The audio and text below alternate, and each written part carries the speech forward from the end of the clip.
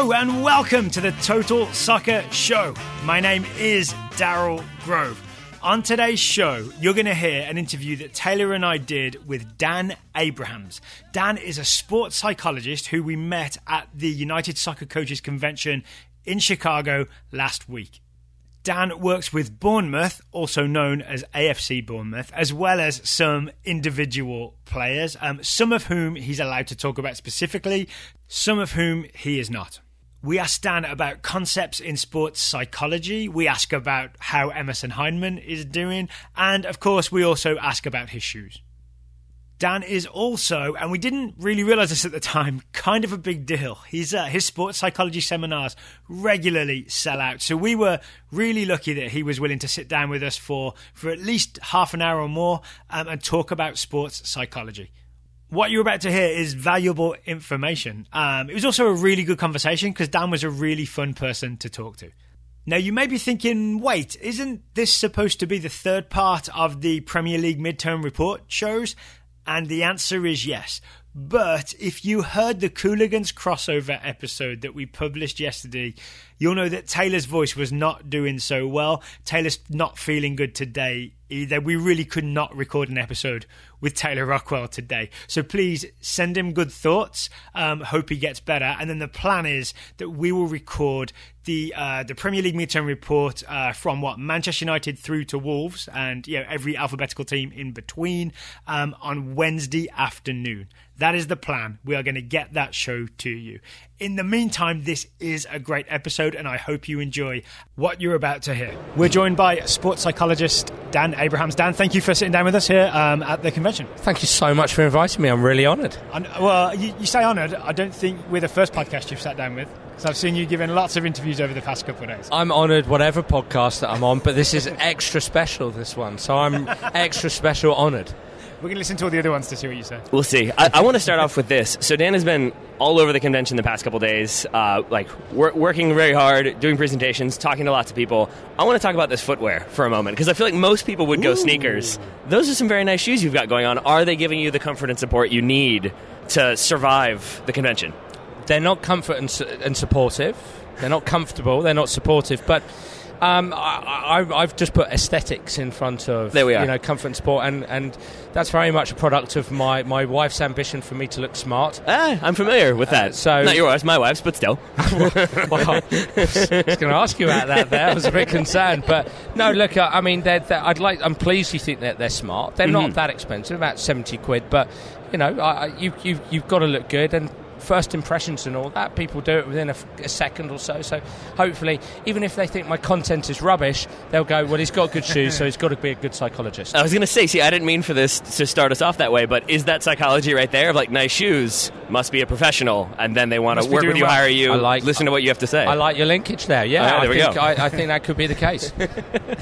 So we want to talk to you about sports psychology, not just shoes. Not just my shoes, okay. So you work with AFC Bournemouth in the Premier League. I do. Here's the first question. We always have this debate. When you're listing Premier League teams alphabetically, AFC Bournemouth first or second? Behind Arsenal. Oh, first. First? I told you. I like you, Dan.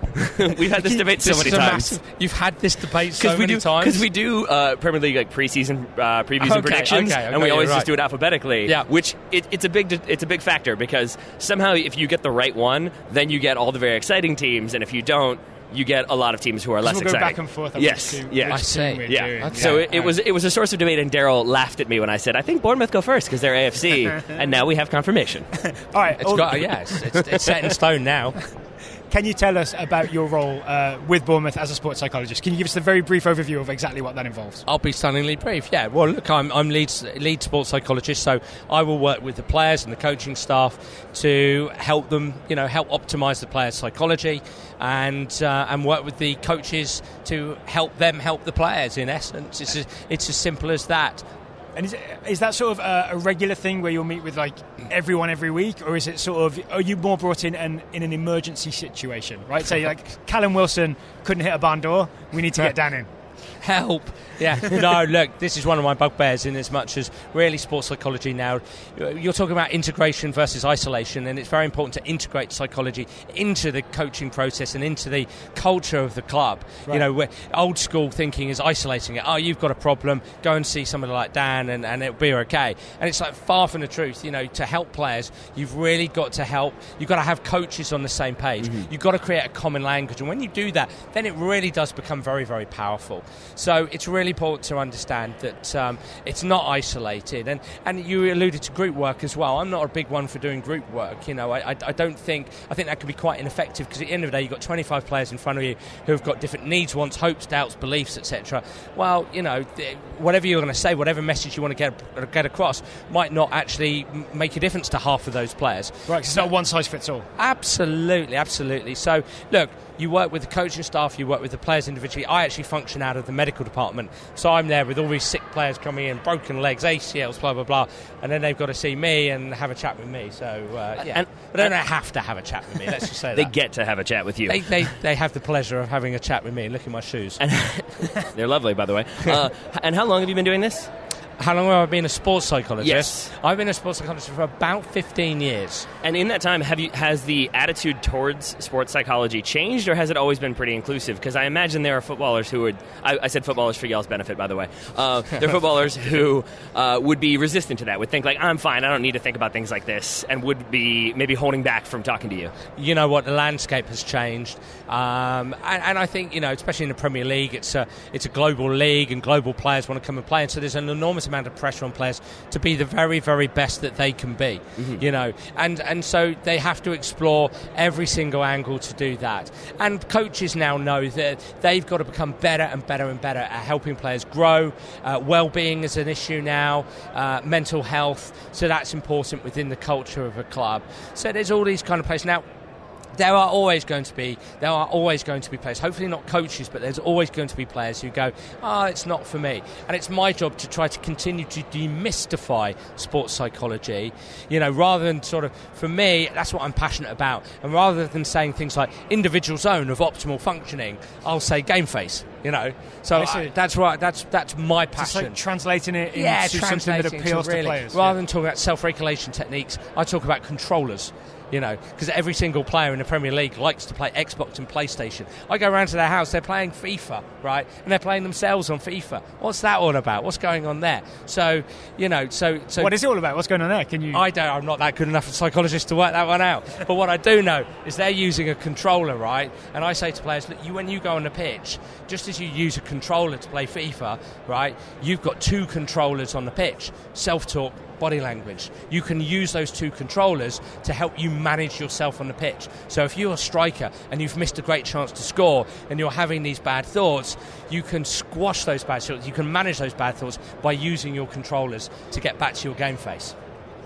And are there issues that are more common that you have to deal with, or is it very based on the individual, or can you sort of almost generalize into everybody has the same response to missing a goal or conceding a goal, and I can help them kind of deal with that accordingly? Look, I think what I'd say, I'd answer that in a slightly different way, in as much as it's not that everybody's got a similar challenge, it's just that not enough players have a structure to their mindset. I swear to you, if you took every Premier League player and put them in a room and say, tell me what you're trying to achieve on Saturday, they would all say, well, I'm trying to win, or I'm trying to perform at my best. And it's like, mindset never comes up. Mm-hmm. They can't, if you ask them to articulate what they're trying to achieve mentally, the vast majority can't do that. And I want my clients to be able to articulate within 15 seconds exactly what they're going to do mentally. Mm-hmm. I want them to articulate exactly how they're going to cope with adversity out there, because there is a lot of adversity out on the pitch. You know, that's a critical essential for me. And players aren't socialised into that. They don't do that. So that's my job, to help them do that. Can I give you?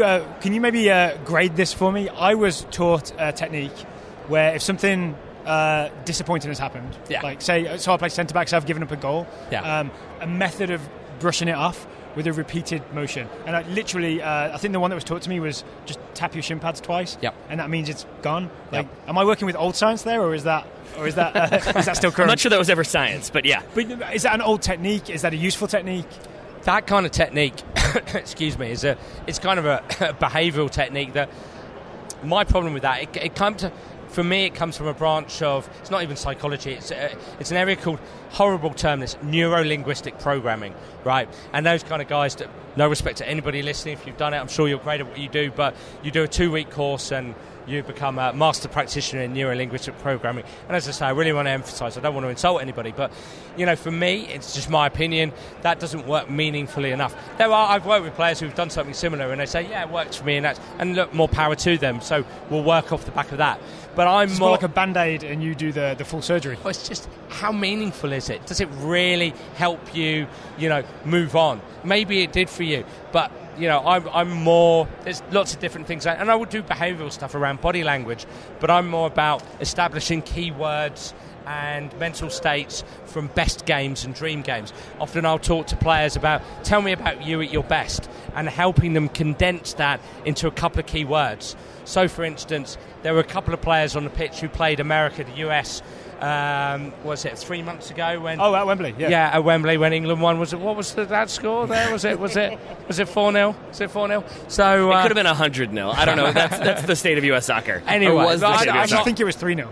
Was it 3-0? Right. Yeah. I don't want to. I'm not here to insult US soccer. After I said such nice things about your shoes. Absolutely, getting back at you there. No, but I had a couple of players on that pitch, and I say I had a couple of. There were some clients who did do some of the things that I've spoken to them about, and and they had what I call a game face, and so one of them had a couple of key words which made up his game face, which was confident and relentless. So when you talk to him about him at his best, he'll say to me, Dan, I'm confident. Tell me about confidence. Well, I'm on my toes, I'm moving, I'm sharp, I'm alert, I'm alive, I'm making space, I'm getting on the ball, I'm lending it, I'm getting it back. So that's confident and relentless. I'm relentless on the pitch. What does that look like? What does that feel like? So he went on the pitch and he set himself a goal of being confident and relentless.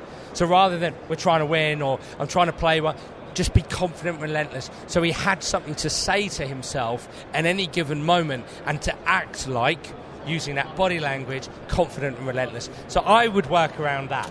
Might not work for some people, but it seems to work for. I think I know who that player might be, but you're not allowed to even go there. Okay, we'll talk. I'm not even going to talk about it off air. No. I understand. I'm a professional psychologist, and I have to adhere to confidentiality. Can we talk, maybe even in vague terms, about an American player at Bournemouth? Emerson Hyndman has just come back from his loan at Hibernian. Yep. So I'm wondering if you've got any specific advice that you would give to a player in Emerson Hyndman's situation where he's come back, maybe he hasn't seen the team for a little while, he knows he's not first choice in central midfield, but there's a chance he might get some games. What kind of advice would you give a player like that? You know what, I think the main thing for a player is to have a plan. In many respects, it's to have clarity over what he has to do to give himself the best opportunity to get into the team. And I know that sounds like the world's most obvious thing to say, but you know what? It doesn't happen. It really doesn't happen, because I suppose football is such a fluid sport, and it varies from week to week. But really, a lot of these players don't have plans. They don't. Coaches don't always help players individually to identify and articulate the specific things that he or she have got to do to get into the team. So that's a really, really important thing. I think with that, just growing the personality characteristic of patience. Patience. And that is the toughest thing. What you're talking about there, what you're asking me, is one of the toughest things for footballers at the elite level. Because they want to play, right? They're professional players because they want to play. It's like Arsene Wenger said, I've got to make 12 people redundant on a Saturday. I've got to make people, whether they're just in the squad and they're not even on the bench. And that's tough, that's hard. As a player, that's out of your control. But you've got to manage that, and you've got to focus on, you've got to reflect on what you've got to do better, have constructive conversations with coaches, work hard, work on individually, work on your marginal gains, your 1%, and commit to that. So that's important. While you've been around Bournemouth, do you happen to have maybe caught a glimpse of Emerson Hyndman in practice maybe since he's been there? Yeah, can you tell us how he's looking? He's a really nice guy. I was in last week, and said hello, because he, as you say, came back from Scotland, and asked him how he was going.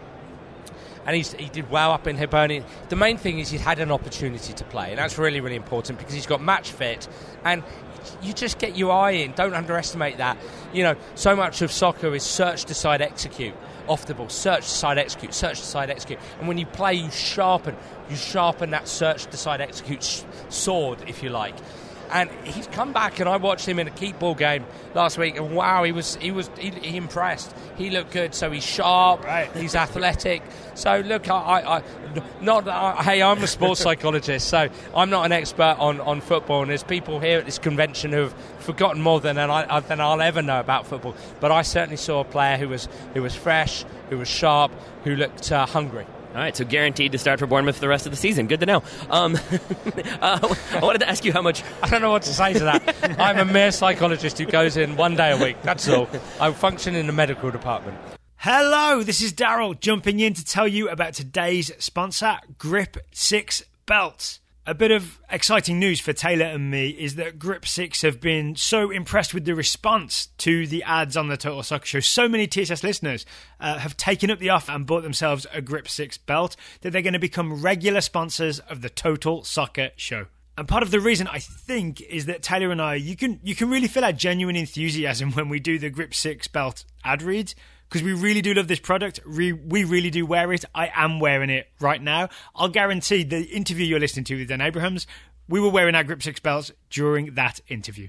As we've mentioned before, these are not just any old belts. This is an entirely new design that's a genuine improvement on what you think of as a traditional belt. While we're at the convention, I had Alexis Guerreros of the Cooligans say to me that he's heard these ads and he doesn't quite understand the explanation of why Grip 6 belts are different.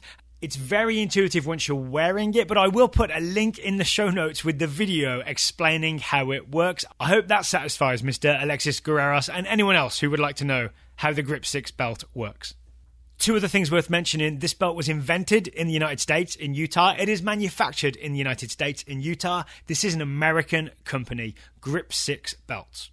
If you'd like to take a good look for yourself, go to grip6.com. That's GRIP, the number 6.com. And if you want to get the discount, the Total Soccer Show discount, go to grip6.com/TSS. There you'll get 20% off of one belt or 33% off of the 3-pack.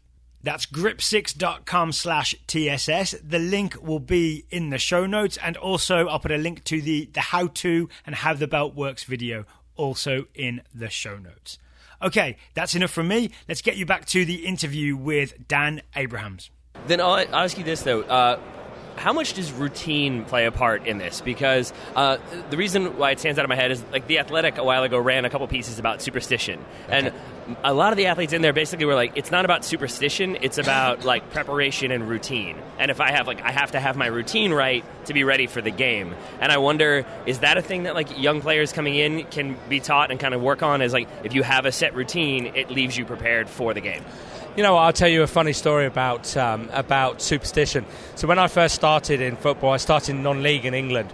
That was a hell of an experience. It was brilliant. It really set me up for a career working as a football psychologist. And one of the most ridiculous superstitions from back then was that we had a player who had to, say ridiculous, that's a bit harsh, he had to leave the changing room last going out for a game, right? Now here was the problem. Here was the problem with this superstition. We brought in a player midway through the season who had exactly the same superstition, right? So there was this comedic tussle. The first time this new player was starting a game, there was this comedic tussle where they were both at the doorway, and it was like, no, after you, after you, after you, after you, sir, after you, sir. So they were both there, and in the end, I think the manager... He's so polite.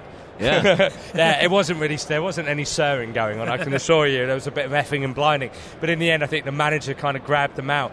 And I say that story partly to entertain, but also partly because it shows the, I don't want to say banality of superstition, because we really have to be very, I'm going to put my professional cap back on here. We need to be very careful, because players globally in all sports have superstitions that are culturally very important for them. I'm not sure leaving the changing room is one of those culturally very... leaving the change room last is one of the culturally very important things, but, they do. So we need to be very careful there. I've worked in sports where there's somebody who's had a very important religious thing that they've had to do. They have to do that. So that's very important. But you try to explain that in terms of, you use the term routine, within a routine. You explain that away within a routine. Really, a routine are controllable things that you can execute that are relevant to the game at hand. So for me, it's more about building confidence, building energy, and the habits around that, little behavioural things, such as, picturing or visualisation, such as a bit of self-talk, such as communicating with teammates. Just doing things that might be looking at... I get players to look at 2 or 3 action points that they want to execute during a game. That's a great thing to include in a routine. So those kind of things they're action points that are controllable and they're relevant to the game. And have you ever encountered a situation in which, I think the one that comes to mind with me is like baseball, where baseball players will get, I think they call it the yips, like the mental block of like, I can't throw to second anymore, I can't throw to first. Like, have you ever encountered that where a player just, maybe it's a slump, maybe it's just a weird emotional state or a physical thing where they just feel like I can't shoot or I can't pass or I can't do this anymore? And if so, how do you overcome such a thing? How do you get them working in the right direction? With great difficulty. It's really challenging. I mean, my background is golf. I was a golf professional and I was a golf coach, so yips is quite a prominent thing in golf. So yes, I've absolutely dealt with it, and it's challenging, and it's really a physiological thing, and it's an attentional thing. So it's there's a great debate as to how psychological is does it start physiologically? But what you try to do is help players direct their focus of attention. For me, what's happening is a stress response around outcome. So if we take a golf scenario and you've got yips tend to happen around putting, say a 2-3 foot putt, and you kind of jab at it, so you've got that physiological jab, that physical jab. What you're trying to do, what's happening is the brain is panicking, is having that instant stress response about, I'm trying to hold this putt, I'm nervous about it, I'm edgy about it, but it's kind of happening unconsciously.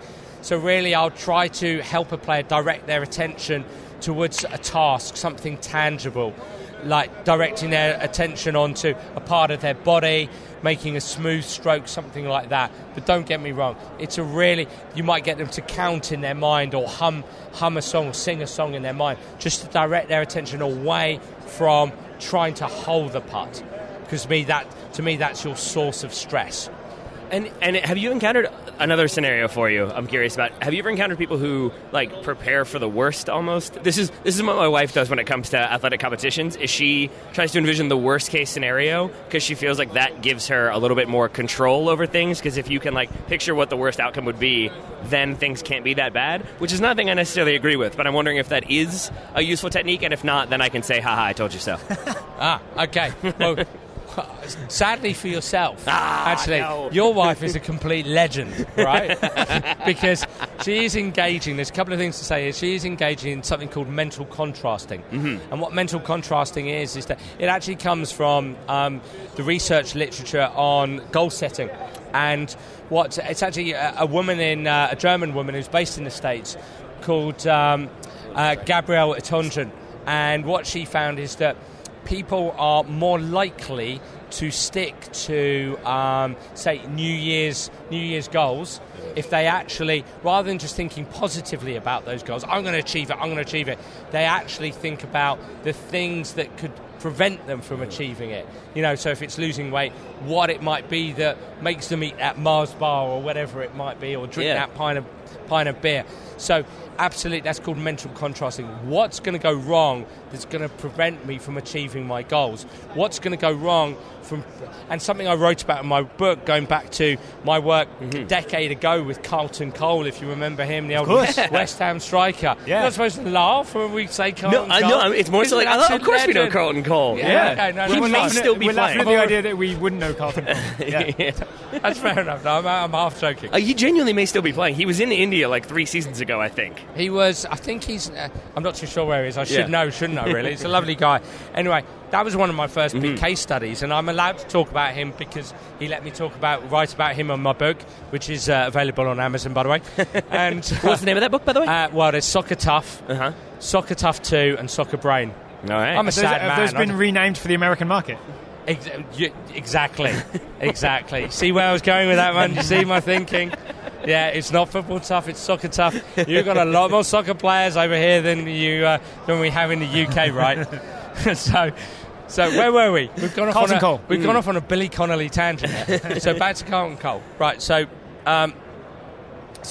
one of the things I felt, most important question I always asked him, I felt, was, what are you going to do if it goes wrong? What are you going to do if it goes wrong? And there's an interesting story there whereby he was going to a game for West Ham against Derby County when Derby County were in the Premier League. It was that year they ended up with about 2 points over the course of a season. I've worked for Derby County, so I do apologise, all Derby County supporters. Not that season. Not that season. I knew that was not coming. that season. Thank you very much.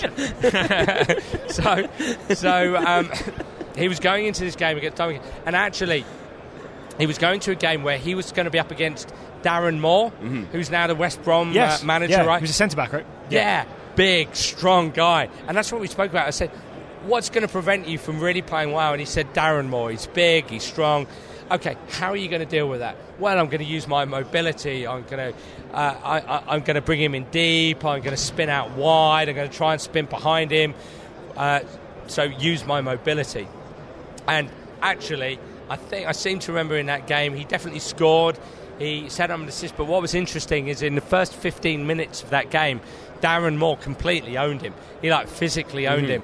But I'd like to think because Carlton was alert to that notion that he kept patient and he kept persisting because I know what to do here. I have a strategy. So that's what your wife is doing, is strategizing. One more thing to say on that is that idea of negativity and is it right and I'm not too sure if I can play well. I take a very different approach here. I'm not your classic kind of punch the air, you can achieve anything, you've got to think positively. It's flexible thinking. And there's great literature on this in terms of, it's called defensive pessimism and strategic optimism. There are some people, and I'm one of these people, I have to think pessimistically about the game ahead, right?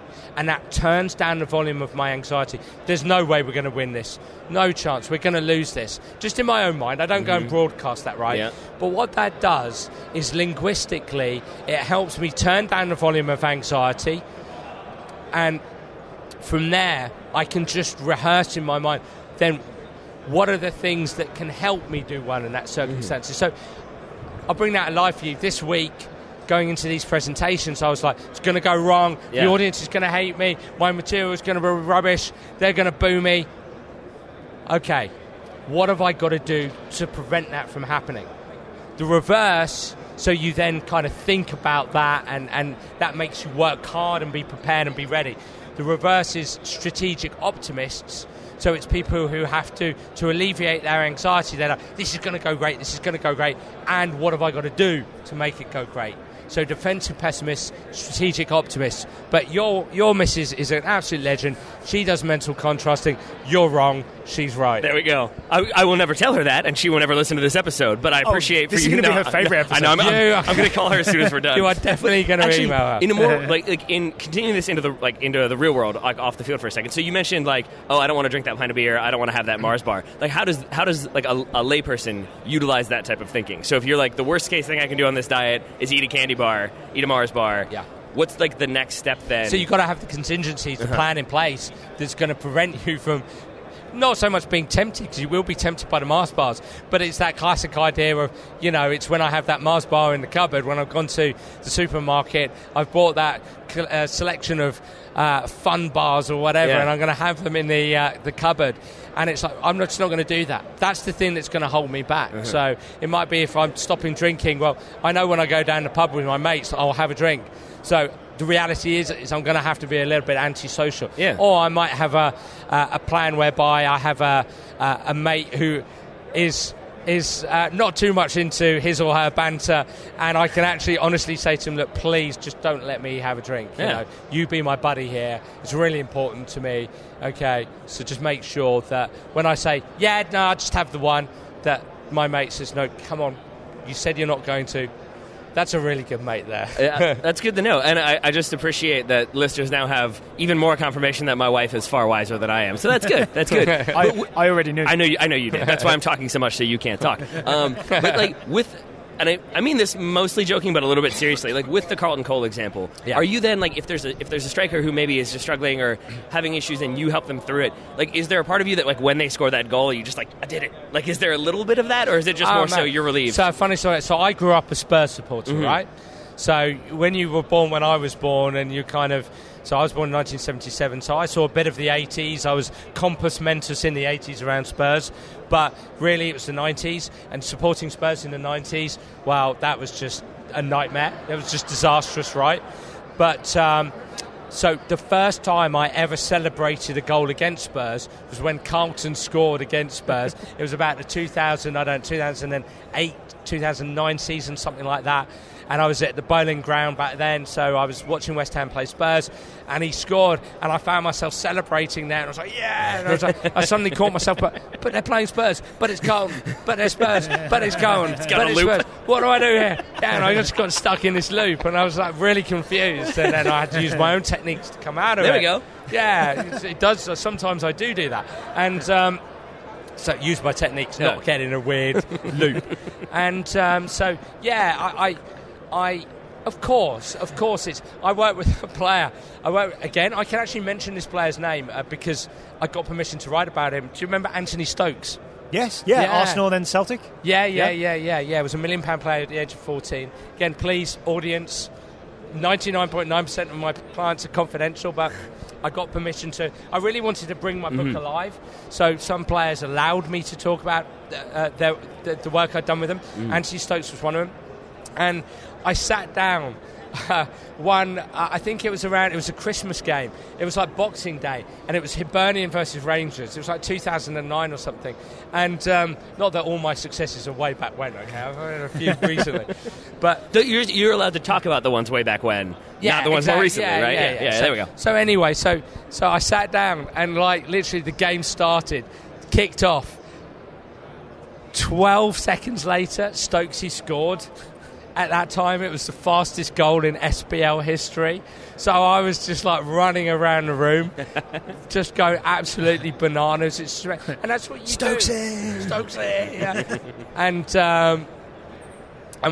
funnily enough, again, the chapter about Anthony Stokes in Soccer Tough is called Stokesy the Greyhound, because that became his game face that we worked on. Because when we spoke, he said, when I'm at my best, I said. We had a few words, and he came up with dominant. And then I said, I'm going to ask you a bit of a strange question, but go with it.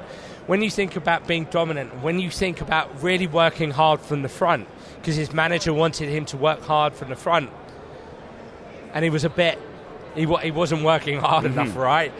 I said, is there an animal that springs to mind? And there was just a bit of tumbleweed and a bit of an awkward silence, and then a bit of a laugh. And he said, no, if I take that seriously, a greyhound. I'm like a greyhound. So it became dominant greyhound. So when he went out onto the pitch, be a dominant greyhound. Be a dominant, say it, do it, be it, act it. And that he was, for the first 12 seconds, he was a greyhound. He tore down the end of the pitch. This footballer called Zamama, don't know if you remember him. I think he was an Egyptian player. Carried the ball and then passed it to Stokes. He scored at a tight angle. Amazing. Hibs went 1-0 up, lost the game 4-1. So it was the first time. You did your job, though. I did, yeah. I did my job. Bill Belichick, just do your job. There we go. Just do your job, right? So that's really bad to say that. No, I was disappointed that they lost. But it's. I love my job because last thing to say about this bit here is that I'm the 1 to 5 guy. I'm the 1% guy to the 5%. Look, it's the players that do it. It's the coaches that do it. I just pass on a few techniques to help them. So I'm a very, very small part of the equation. I'm in row Z. But it's wonderful to see success when your clients have that. Final question I have about your clients is, so you mentioned Bournemouth. Yeah. But my understanding is you're not like exclusive to Bournemouth. Do you work with? I'm also assuming that one of the reasons you're here in the United States is maybe you're seeing other clubs. You're not exclusive, or potentially, right? Yeah. I mean, I back in England, I just work with Bournemouth, but I have a host of. I get myself out there quite a bit. I've probably worked with players from every single one of the 92 professional league clubs in England. It's amazing you can fit that many clubs into that space, professional clubs. But so I work with a lot of players, and I work with a lot of players in the States, and I come over and I talk to a lot of coaches, and so I have an online academy where some clubs are a member of that, so their players get to experience my techniques, which hopefully it works for them. So I work with a range of clubs and players. And then, on top of all that, this is my final question.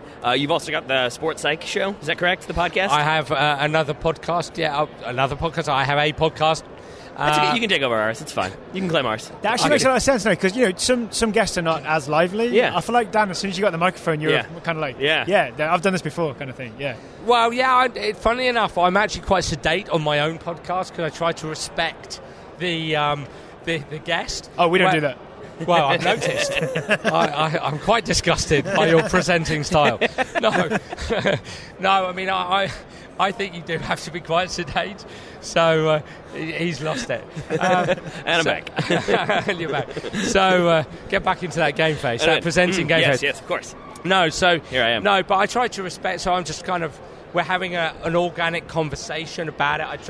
That's how I work it. So I have psychologists on and stuff. But when I come onto other podcasts, that's my excuse to go nuts and kind of really, kind of not sell myself, but sell the idea of sports psychology, because we don't do that well enough, And we're just men in lab coats or women in lab coats with our as a sort of professor like.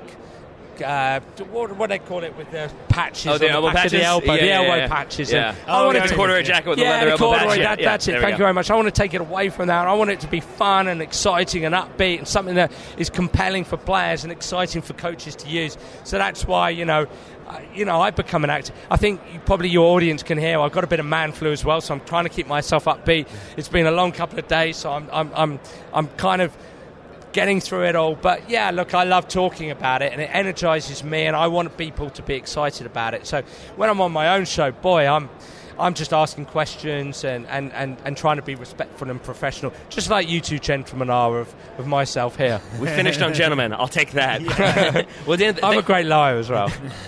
Well, now I don't know what to think. I'm sad now. No, I'm good. Dan, thank you so much for taking the time. Daryl, I think I've hijacked the ending, so I'll throw it back to you, my friend. I would just say, if anyone is interested in learning more about you, do you have like a website or a Twitter handle or anything else that you could direct people to? And we'll put it in the show notes as well, so people can click on it. Thank you so much. So basically, website is danabrahams.com. I don't always have this husky voice, which I've got now. Got, as I say, a bit of man flu, but it's danabrahams.com. I'm on Twitter. I've got about 45 Twitter accounts for different sports, but the soccer one is at DanAbrahams77, where I tweet out lots of bits of advice. My own podcast, which doesn't threaten yours whatsoever, is the Sports Psych Show.